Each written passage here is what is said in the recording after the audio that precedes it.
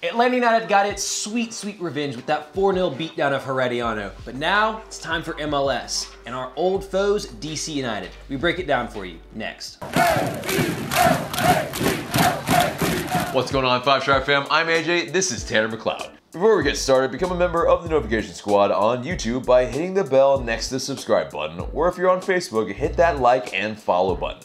Welcome to our very first MLS match preview of the 2019 season, and of course, it's against DC United, those old foes who we are 2-0-4 against, and it is not good at all, but you know, the 2 is a good step up because we got those last year, and so there's a good little momentum a little bit up until at Audi Field, which is where this match is. We were kind of just, yeah, it was an embarrassing scoreline there, 3-1, and very poor performance. But they also pitch that they did not cut until after the game was over. Yeah, it was. Yeah, there were definitely some things that they were doing on purpose so that we would play poorly on it. Gamesmanship, it's fine. Yeah, exactly. And so yeah, that was a 3-1 result. Hopefully, we can really you know, learn our lesson there, and maybe Frank de Boer watches the game tape and figures that out. But they are very, very good at home, and I think it was a very similar situation to our Mercedes-Benz opening. Yeah, essentially, yeah, we were just, you know, making it a fortress, and so have they. Yeah, absolutely. For them, their record, you can just look at it. When they moved into Audi Field, it was incredible. That's how they got into the playoffs. They went on a very, very good run, spearheaded by Wayne Rooney, who will now be spending his first full season MLS. And alongside him, they still have our old nemesis, Luciano Acosta, back from his lonely, lonely night at a Paris hotel, because that move did not go through to Paris Saint-Germain, but also joined by a very new talent that we may be kind of familiar with if you followed this show in Atlanta United for a while, in Lucas Rodriguez. Yes, Lucas Rodriguez, yeah, comes from Estudiantes rather, sorry, but yeah, he comes on loan because, yeah, DC United are just kind of, they don't really want to spend money on transfer fees. But they will, I guess, spend the money on the salary, of course. And yeah, I mean, Lucas Rodriguez, he was maybe linked with us at one point, but he is a really, really good player, and you know, who was maybe going to be that replacement type of player if we were going to sell Miguel Almiron, or if we couldn't get Ezequiel Barco. And so I think that kind of speaks volumes on how good of a talent he really could be. And in this case, he's replacing Emil Assad. Yes. So at least you don't have to, you know, feel heartbroken about that. Looking at you, Kelly Francis. Yeah, exactly. That's, you know, I think a lot of Atlanta United fans, I think, are happy not to see him in MLS in that regard, unless he's in a, you know, 5 stripe, you know, badge. But yeah, you know, that also kind of weakens them a little bit. But they also brought in some defensive replacements and reinforcements in Jara from Boca Juniors. Pity Martinez will enjoy running at him, and I imagine he will not enjoy seeing Pity Martinez from the other side. Indeed, so you almost hope that he has to start on Sunday, but we'll get to our predicted lineup later. But also, Jara was brought in alone, if I didn't say that already, and yeah, so it's another, you know, case of all these guys that are just being brought in on loan. They also lost a Darren Maddox, and so in terms of their strike force, it's not really incredibly strong, but you know, when you have Wayne Rooney, and if he stays healthy, I mean, it's pretty freaking good. Absolutely. I think their biggest issue is going to be squad depth, and you see them bringing in a Chris McCann on a free transfer. Yes. They're not a squad that, I think they have 22 or so senior players in that squad. If they suffer any injuries, shallow. Yeah, they don't really have much to do. They're only going to be competing really for MLS.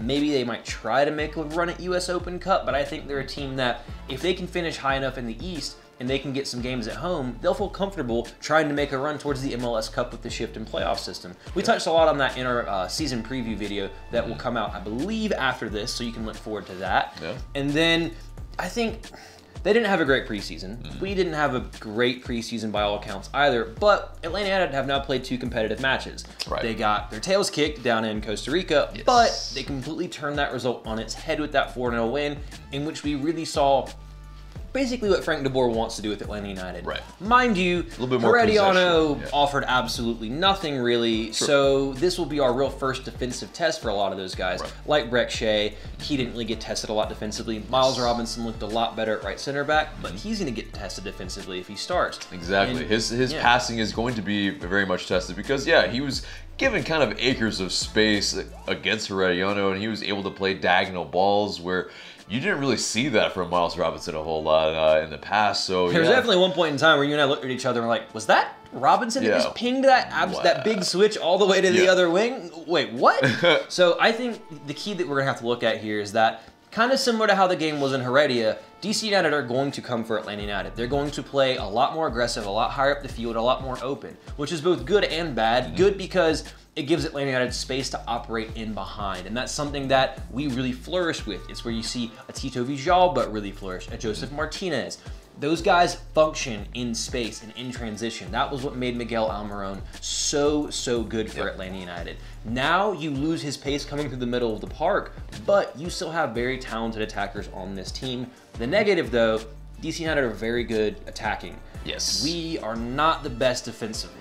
Yeah, and especially from an attacking bunch going at us. I mean, against a Herediano where they played to our weakness on a pitch that was, very much to their strengths. I think you're going to see that again at Audi Field for sure.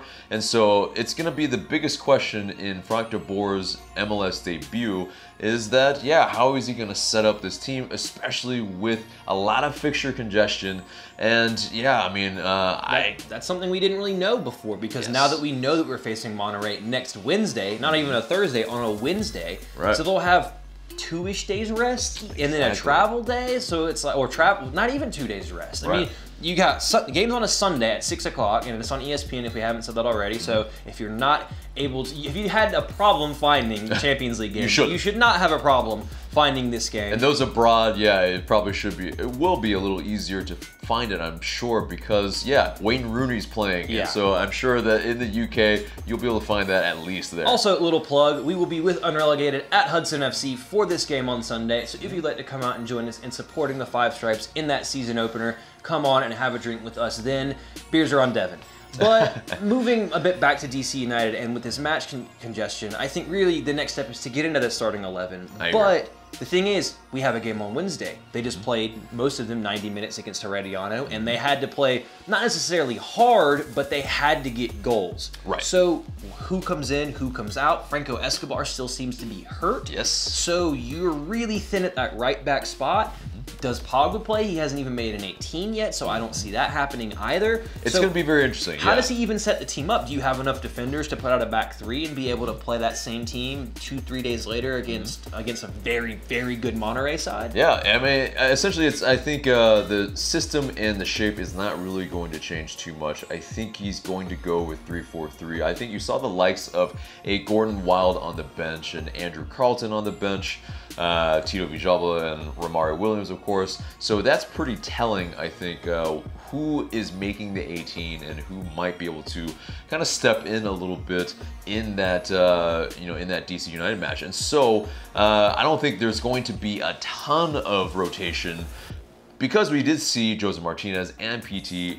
They got subbed off pretty early, and so I think you're going to see them get those starts and then get taken off, so that we get them prepped and ready for Monterrey as well. So for me, I think Guzan still is between the sticks, because he's a keeper. Yeah, keepers aren't really going to be too fatigued, but I think at some point Alec Can is going to come in for for Guzan on some of these eventually.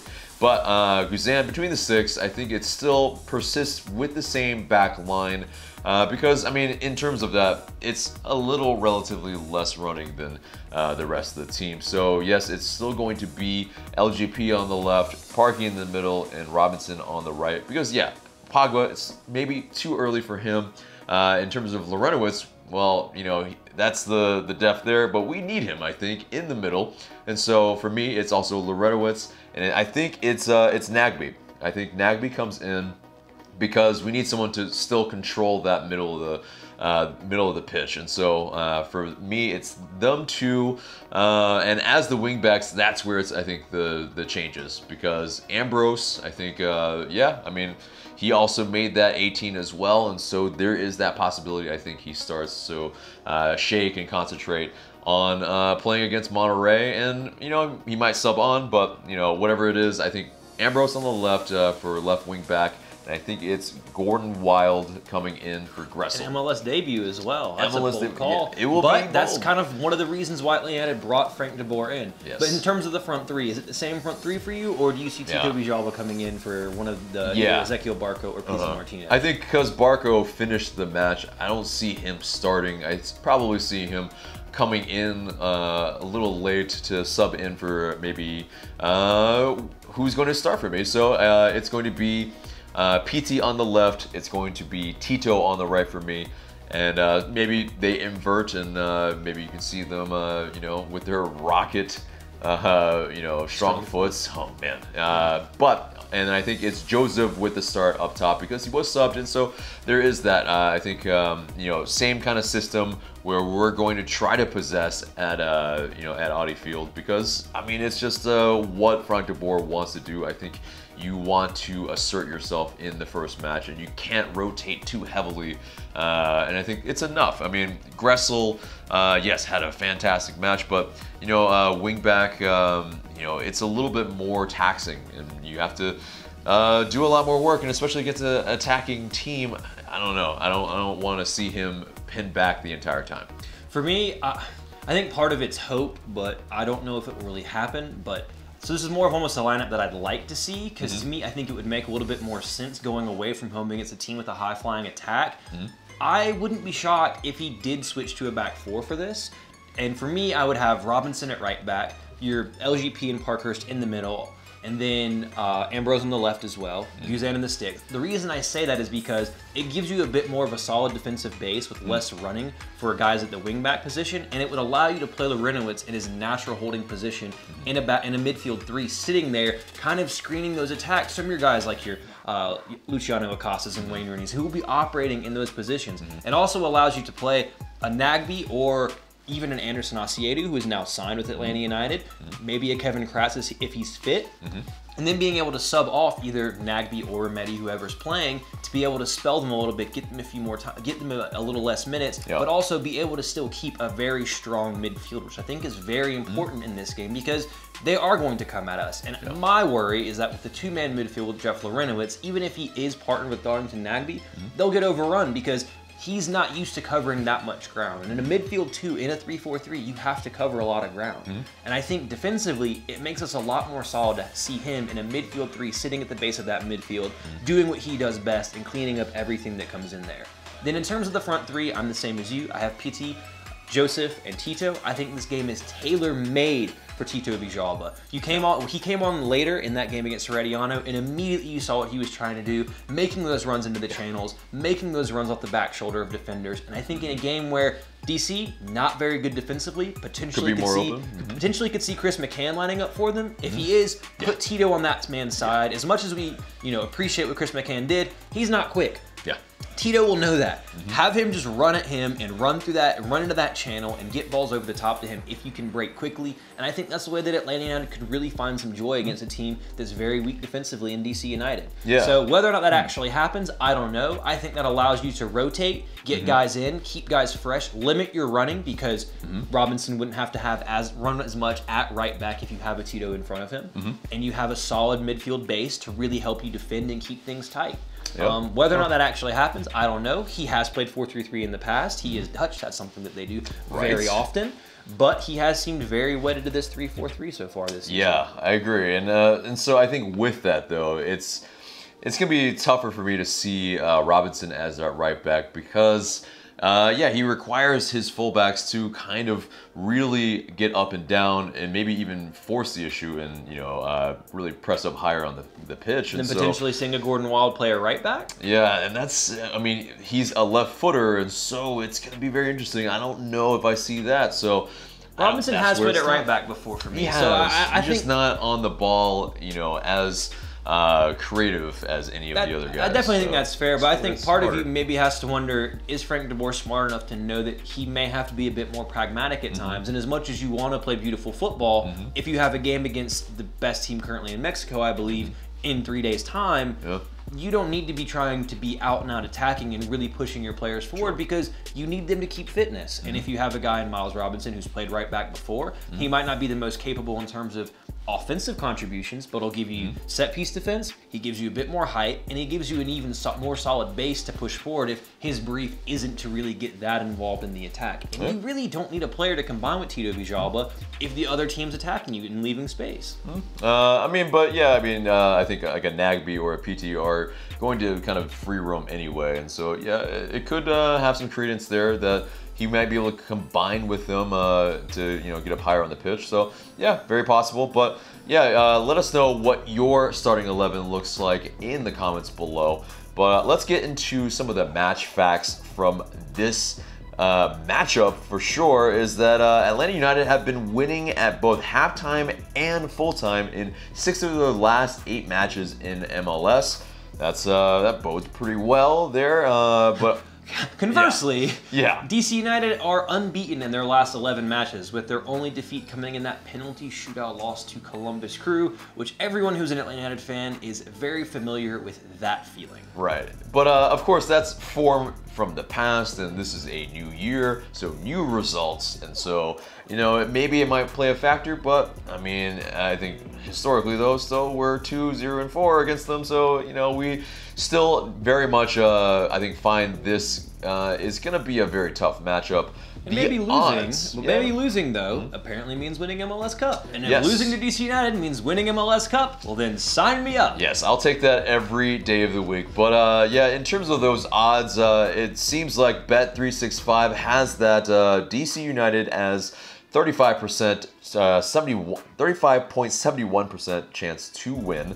As a draw, this would be a 28.57%, and then Atlanta United to win actually is at 42.19%. So actually not too bad for us in our chances to win here. I don't know if they put historic perspective into this as well, but I mean that leads us to our match prediction and our scoreline.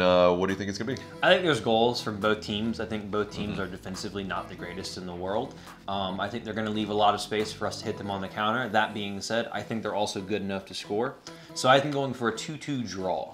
Okay, I mean, I think which I don't think is the worst result in the world, to be perfectly honest. We haven't drawn them, so in a place you've never pulled a point out of in Washington D.C. against a team that is somewhat fresh, and you have mind on other competitions. I'd take a 2-2 draw. Absolutely, I would.